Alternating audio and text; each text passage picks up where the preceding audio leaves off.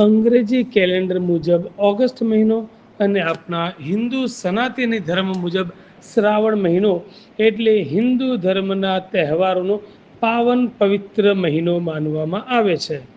August મહિનામાં જ રાષ્ટ્રીય તહેવારો પૈકી એક 15મી ઓગસ્ટની ઉજવણી કરવામાં આવે છે. એટલે કે 79મો સ્વાતંત્ર્ય દિવસ ઉજવવામાં આવ્યો. ત્યારે તેના અનુસંધાને પાટણ શહેરની જાણીતી બોમ્બે મેટલ પ્રાથમિક શાળામાં ત્રિવિધ કાર્યક્રમો યોજાયા હતા.